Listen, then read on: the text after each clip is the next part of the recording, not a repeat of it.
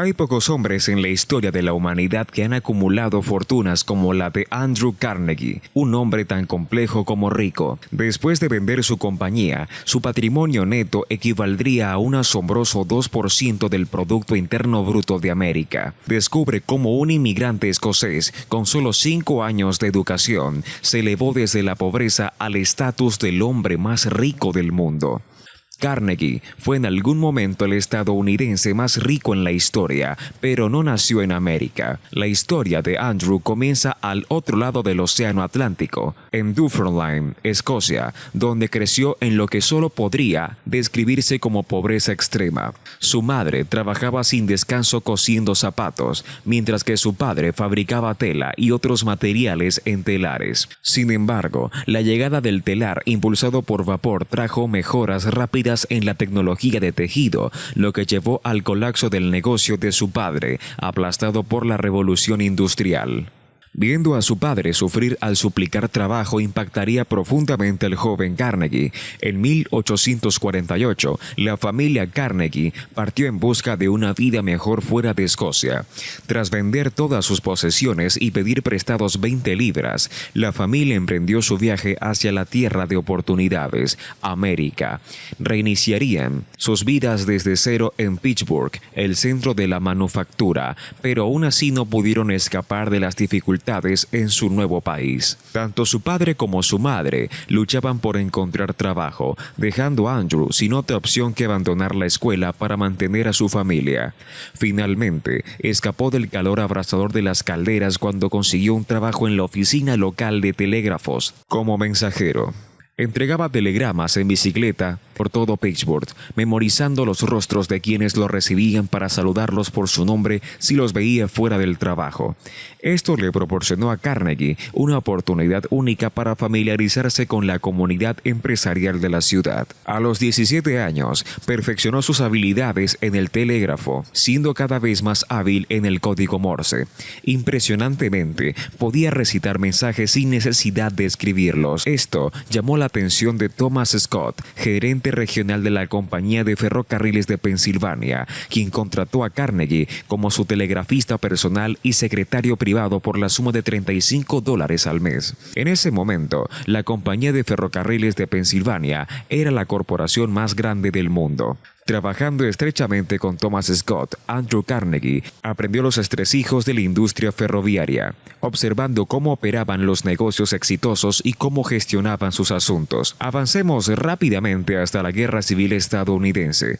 Carnegie fue reclutado en la Unión, pero en lugar de luchar en la guerra, lucró con ella. Pagó $850 para que otro tomara su lugar en el campo de batalla. Fue durante este tiempo que Carnegie notó que los puentes de madera eran fácilmente quemados por las tropas y que se necesitaban con urgencia puentes de hierro para reemplazarlos. Capitalizó la oportunidad lanzando la compañía Keystone Bridge, pero sería su próximo movimiento el que lo definiría como un hábil hombre de negocios. Keystone no solo construía puentes, sino que también tenía sus propios molinos de hierro, que proporcionaban el hierro necesario para construir los puentes. Poseer la fuente de hierro significaba que la empresa de puentes de Carnegie no dependía de empresas mineras o extractoras para el hierro como sus competidores. Esto no solo le dio más control sobre todo el proceso, sino que también mejoró sus márgenes. Después de construir el puente, aprovecharía sus conexiones en la industria ferroviaria para ganar dinero allí también, esencialmente operando un trío de 3 compañías, cada una fortaleciendo a la otra.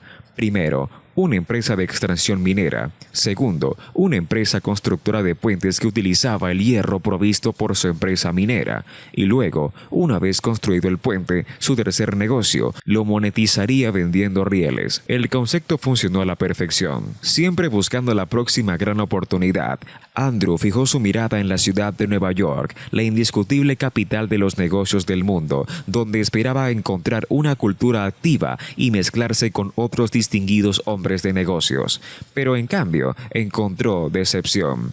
Describiría a los individuos adinerados que lo rodeaban como bribones. Carnegie se prometió a sí mismo en una nota que, en 2 años, cuando cumpliera 35, se retiraría y se enfocaría en hacer del mundo un mejor lugar, pero esta nota quedaría sin cumplirse. En 1856, una nueva invención de Henry Bessemer, llamada el convertidor Bessemer, un horno con forma de pera, permitiría la producción masiva de acero, algo que se consideraba imposible. Por primera vez, se volvió factible crear grandes estructuras de acero, dando origen a los primeros rascacielos y transformando para siempre el horizonte de una ciudad. Carnegie se movió con velocidad para construir con éxito las primeras plantas de acero de Estados Unidos. Contrató a los mejores ingenieros y arquitectos que el dinero podía comprar y se enfocó maniáticamente en aumentar la eficiencia, utilizando siempre la última tecnología y presionando a sus empleados hasta sus máximas capacidades físicas y mentales. También era conocido por hacer trabajar a sus empleados 364 días al año, permitiendo solo un día de descanso el 4 de julio. A medida que la tecnología avanzaba, buscaba formas de reemplazar a sus trabajadores con máquinas en cada oportunidad posible. A diferencia de los humanos, las máquinas no necesitaban descanso, tampoco pedían aumentos y ciertamente no intentaban sindicalizarse. Carnegie, un maestro vendedor, decidió no nombrar el emprendimiento como Carnegie Steel, sino más bien como J. Edgar Thomson Steel Works, el nombre de uno de sus clientes en la industria ferroviaria. Carnegie esperaba que un molino de acero nombrado en honor a un cliente mostrara su aprecio por su negocio y tal vez asegurara más pedidos de su ferrocarril. El primer pedido de Thomson consistió en 2,000 rieles de acero. Nombrar un molino después de un cliente no era solo un truco de ventas, era parte de una estrategia más grande. Mostrar aprecio en público por otros actos como este continuaría generando grandes dividendos a lo largo de la carrera del Titán. Para ayudar a dirigir los molinos de acero, Carnegie trajo a bordo a un ejecutivo despiadado conocido por su crueldad y atención al resultado final, Henry Clay Frick. Como equipo, Carnegie y Frick eran una fuerza poderosa a tener en cuenta, y para mostrar lo despiadados que podían ser los dos, no hay que buscar más lejos que la historia sobre Duquesne Works. Si las ventas de Duquesne disminuyeran, eventualmente se volverían no rentables y se quedarían sin dinero. Para acelerar su desaparición, Carnegie y Frick procederán a ofrecer precios más bajos que Duquesne, apretando aún más a la empresa. Dentro de 2 años serían. Las finanzas de Duquesne estaban arruinadas, lo que no dejó más opción que vender a nadie más que a Carnegie a precio de ganga. Para Frick y Carnegie, las reglas de enfrentamiento estaban claras. Haz lo que sea necesario para ganar, pero esta crueldad tenía un precio elevado, como pronto descubrirán en una de sus plantas siderúrgicas más grandes en Homestead, Pensilvania. Carnegie acababa de invertir millones de dólares para optimizar la eficiencia de Homestead, permitiéndole producir más acero que cualquier otro molino de tamaño comparable, pero había otra parte de la maquinaria de ganancias que aún no se había optimizado: los costos laborales.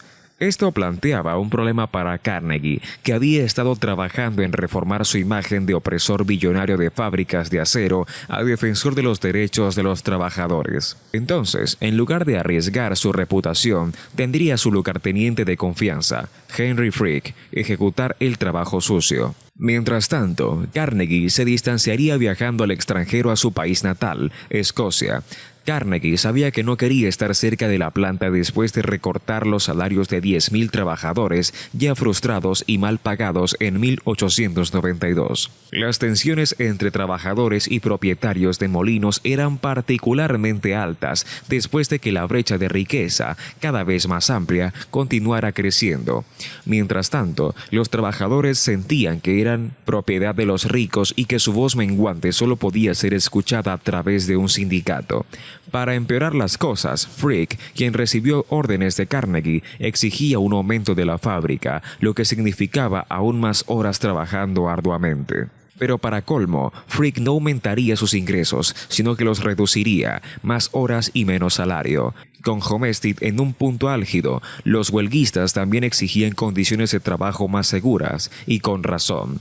En 1898, el 9% de todos los trabajadores del acero a nivel de la industria morirían en el trabajo. Cuando los trabajadores rechazaron las demandas agresivas de Frick de trabajar más horas y ganar menos, decidió cerrar a todos los empleados y traer a un grupo sustituto de trabajadores inmigrantes que estarían dispuestos a hacer sus peligrosos trabajos por menos dinero.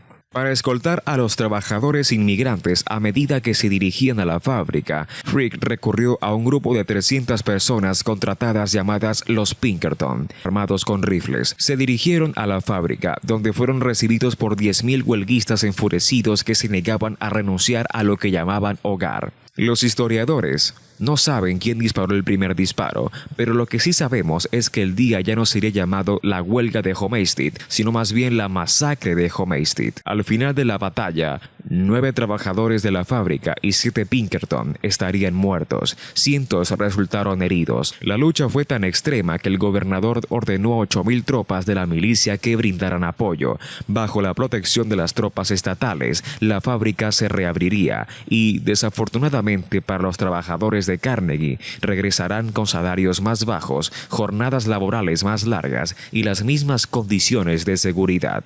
Otro daño colateral de Homestead vino en forma de la reputación de Carnegie.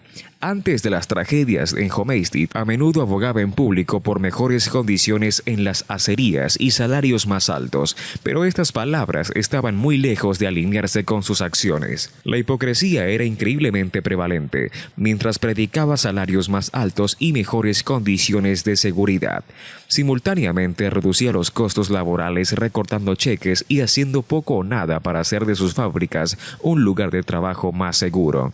Carnegie fue ampliamente llamado cobarde por usar a Frick como su archivo expiatorio, no solo por la tragedia, sino por todo el trabajo sucio del que no quería que se asociara su nombre. Pero a pesar de las tensiones y la animosidad, las acerías en las que invirtieron siguieron prosperando. De hecho, para 1900, la compañía produciría más acero que toda la nación de Gran Bretaña. Pero en 1901, Carnegie se cansó del juego y quería pasar tiempo con su esposa e hija. J.P. Morgan, un competidor en ascenso en la industria del acero, y Carnegie, ahora cerca de los 70 años, se abrió a la idea de vender la compañía en la que había pasado toda su vida construyendo. Carnegie escribió un pedazo de papel lo que estaría dispuesto a aceptar.